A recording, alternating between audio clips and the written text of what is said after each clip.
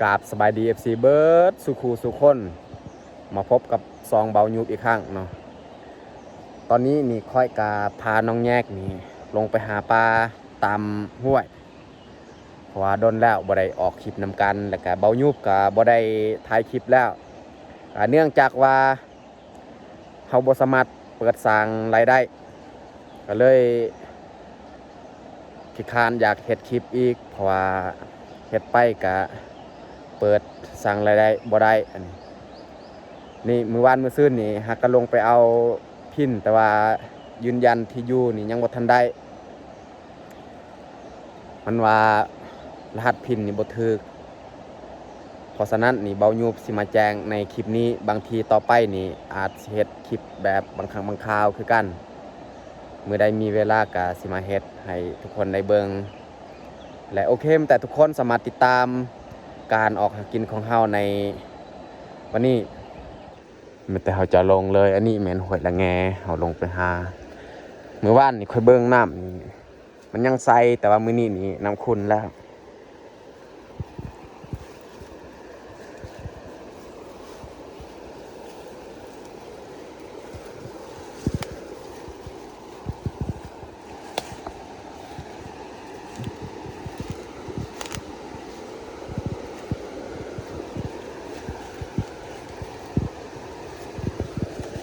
โอ้ทางเขาลงค่อนข้างยาก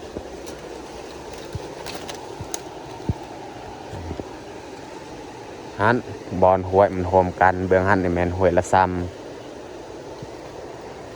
ำตอนเช้านี่เฮาออกไปหาตามห้วยละแงนี่แหละบัดตอนแรกจังนะเฮาสิย่างกลับแล้วก็ไปวานแห่ห้วยตัวนั้นอีก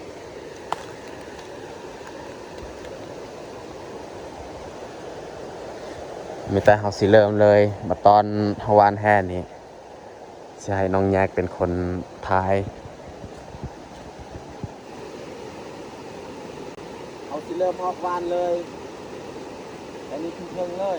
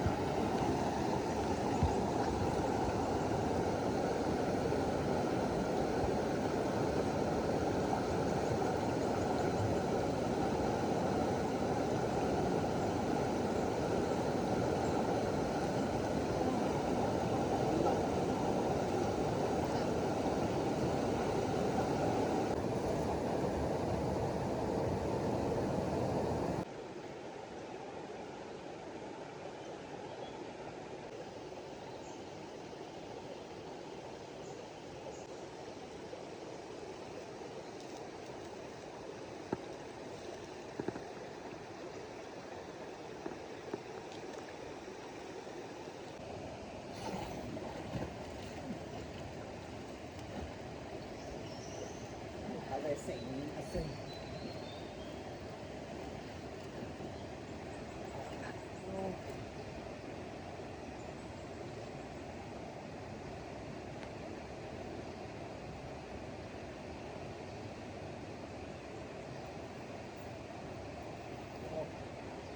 อกนุดมาเอ้ย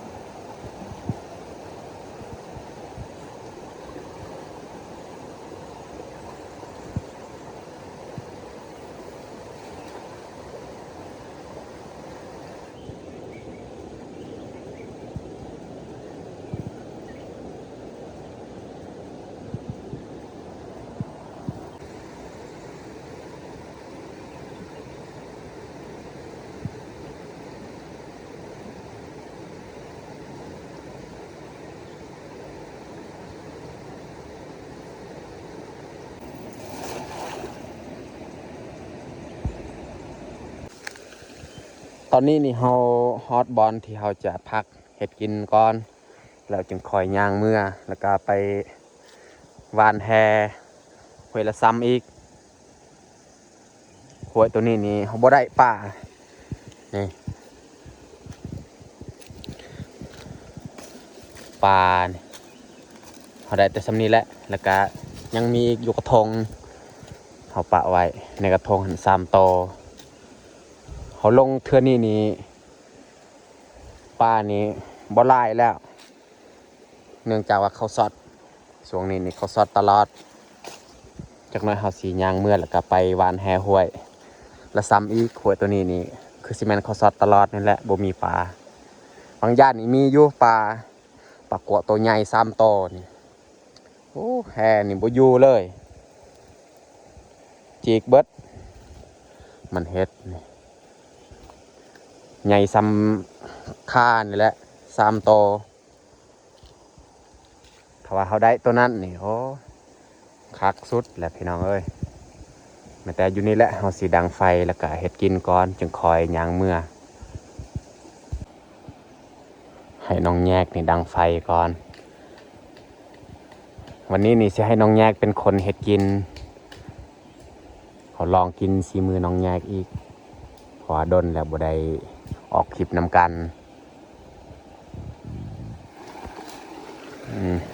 เราจะมาเบิ้งน้องแยกเป็นคนเฮ็ดแล้วก็ปรุงเลย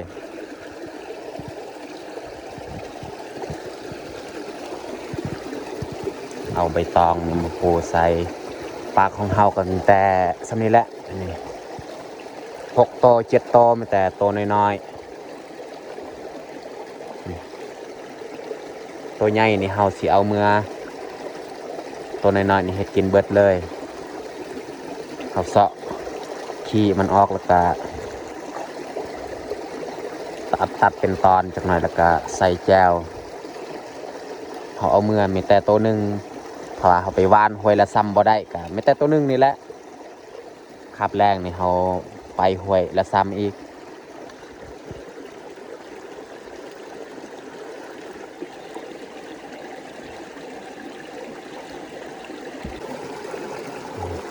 เขาปาดขี้ออกเรียบร้อยมันจะเขาจะตัดเป็นตอนเลยจักหน่อยหลังจากเขาล้างผักแล้วเขาจะตัดเอานี้ดอก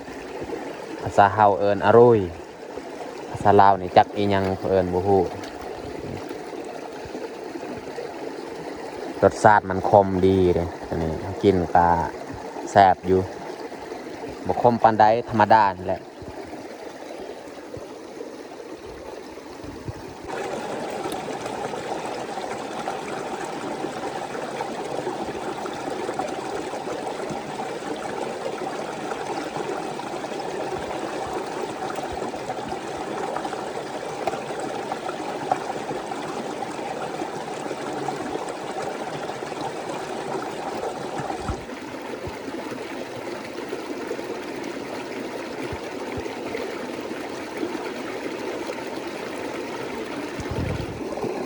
เขาตัดเรียบร้อยไม่แต่เขาจะเอาแจวมาปรุงใส่เลยแจวนี่เขาตำไว้เรียบร้อยใส่เกลือแป้งนัวแล้วก็กระเทียมเขาใส่แล้วก็คนยัดใส่กระบังเลยพักอันนี้หรือว่าดอกอรุยนี่มันเขาจะใส่เบื้องเทิง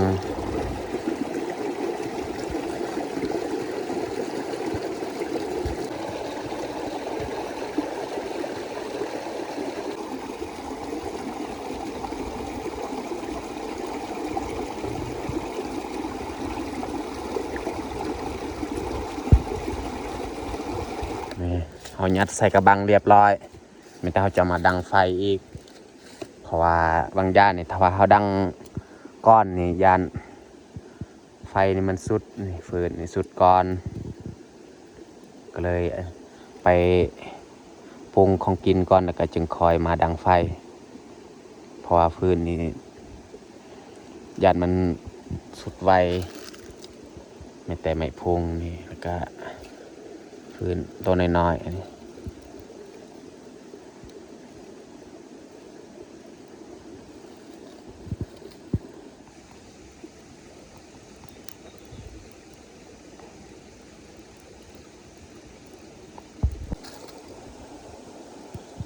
น้องแยกกำลังลามของกิน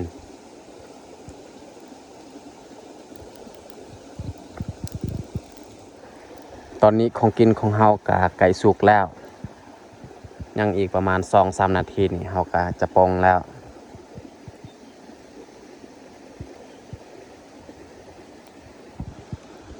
ตอนนี้ของกินของเฮากะสุกเรียบร้อยไม่แต่เฮาจะปะให้มันเย็นนี่เฮาเกียมจัดบอลเฮาจะกินข้าวอยู่นี่แหละกินข้าวเราสิเริ่มจัดเลยข้าวนี่เราเอาแต่ถุงยางออกแล้วก็ใส่ใบตองเพราะว่าของกินนี่ยานมันนี่ใบตองนี่มันขาดแล้วเอาไม่แต่เราสิทอกของกิน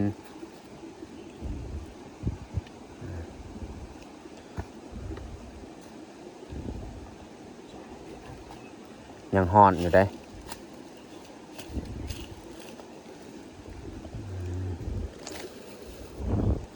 เขาลงสุดนี้นี่บ่ได้ป่าไหลบ่ลาย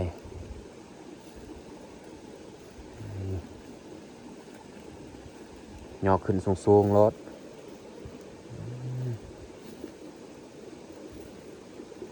ทำอิฐนี่พักแล้วเอา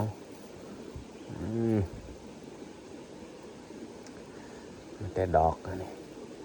ภาษาเฮานี่ดอกอรุย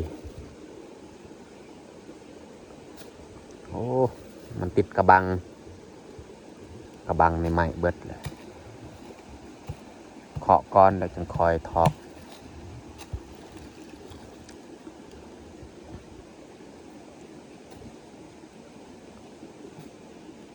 โอ้มันดังกรอกซีเมนต์มันติดกระบังโอ้ออกยากสำหรับของกินตอนเที่ยงกับเบิดเตสำนี้แหละนี่แจวข้าวเหนียวโอ้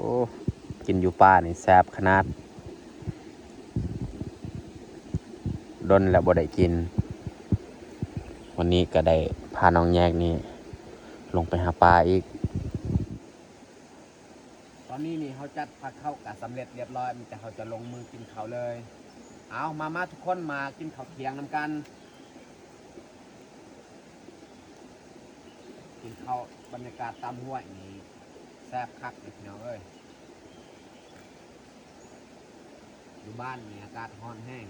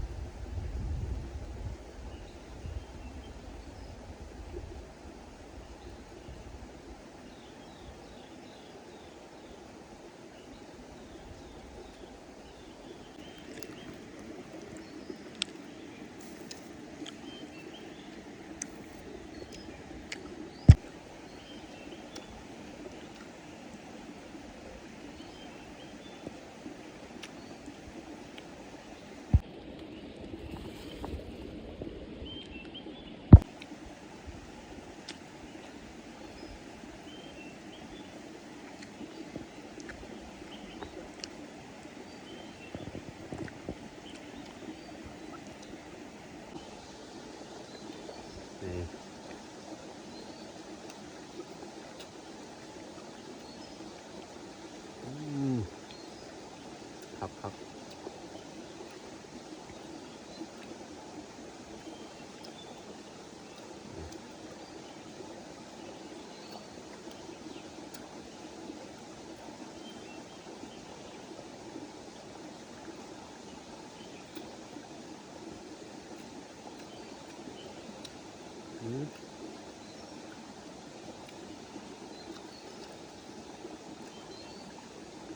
กินข้าวจำห้วยนี่รู้สึกว่าแซ่บ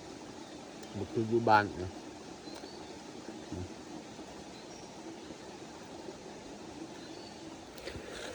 ตอนนี้นี่เขากินข้าวกะเรียบร้อยแม้แต่เขาจะนั่งพักผ่อนก่อนแล้วจึงคอยย่างเมื่อบ้านบ่แม่นเมื่อบ้านเนาะย่างอีกย่างสี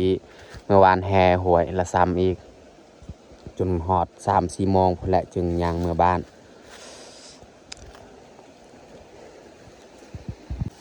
นี่เขาเกียมเครื่องออกเดินทางไปวานแห่หวยละซ้ำอีกโอ้ยตัวนี้นี่เมื่อวานมื้อซื่นนี่นำบุคุณได้ใส่นำใส่อยู่แต่ว่าเดี๋ยวนี้นี่จักเป็นหยังหรือว่าฝนตกบ่แต่เทิงหวยตัวนั้นนี่บ่แม่นแนวอื่นหวยละซ้ำหันมันคนเวียดเขาเฮ็ดคำอยู่เทิงนำมันก็เลยคนเอ้า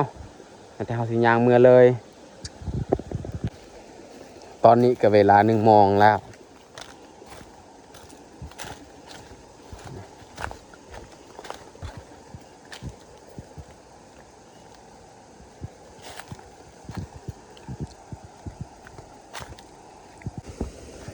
โอ้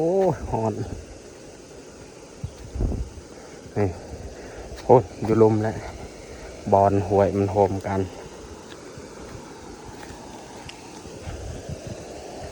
รถนี่เขาปะอยู่ฮันจักหน้อยก็ได้ง่ายอีก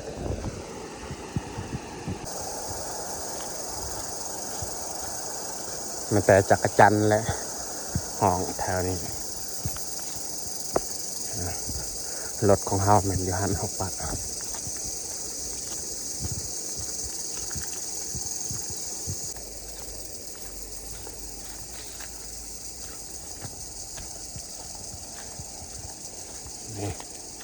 รถนี่เขาปะไว้อยู่นี่ไม่แต่เขาจะเอารถไปแล้วก็ไปวันแห่เบืองหันอีก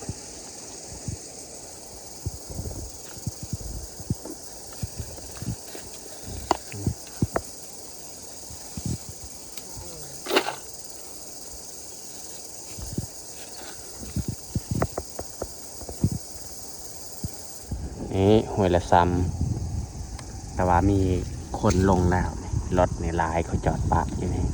บางทีนี่เฮาสิวานแต่นี่ฮอตอันวิทยพวกนี้เฮาสิลงอีกลงแต่ลุ่มหวยละแงหันบอลมันโฮมกันแต่ลุ่มอีกเขาลงเฮาสิเมื่อกะสิเวลาแล้วเพราะว่าเฮามาแล้วตอนนี้น้องแยกมือเอาแฮบางญาติที่เขาลืมเอาแต่รถยังเขาปะในรถน้องแยกมาแล้วบางทีตอนวานนี่อาจจะบ่ได้ถ่ายก็มี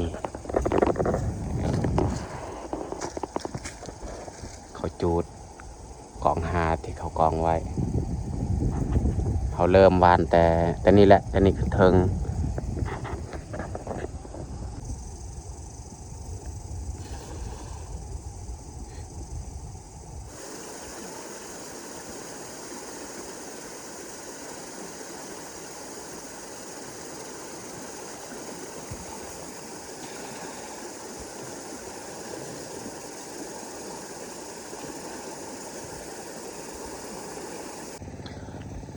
ตอนนี้เขากลับจากไปวานแฮห้วยละซ้ำแล้วนี่ผลงานที่เขาได้ก็นี่แหละมีแต่ปลาตัวใหญ่ๆเด้ไข่แน่อยู่โลปลายไม่แต่เขาสียางเมือเลยยัดใส่กระทงและสิให้น้องแยกนี่เป็นคนขับรถเลยขับรถเมือจังนะ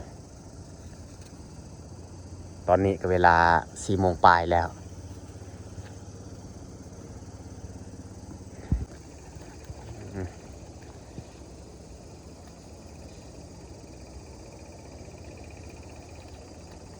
รถอันนี้มันเก่าแห้งเนาะ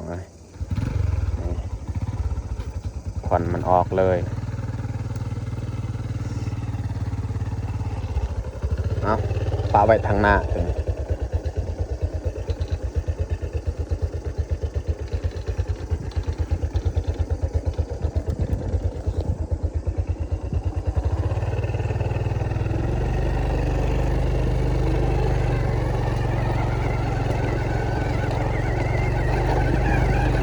จ่า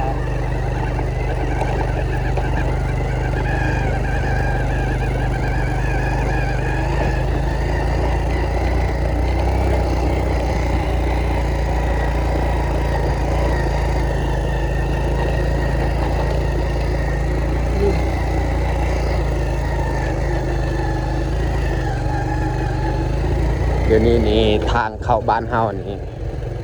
ใครแน่แล้วเขาแปลงงามอยู่แต่ว่าถ้าฝนตกนี่มืน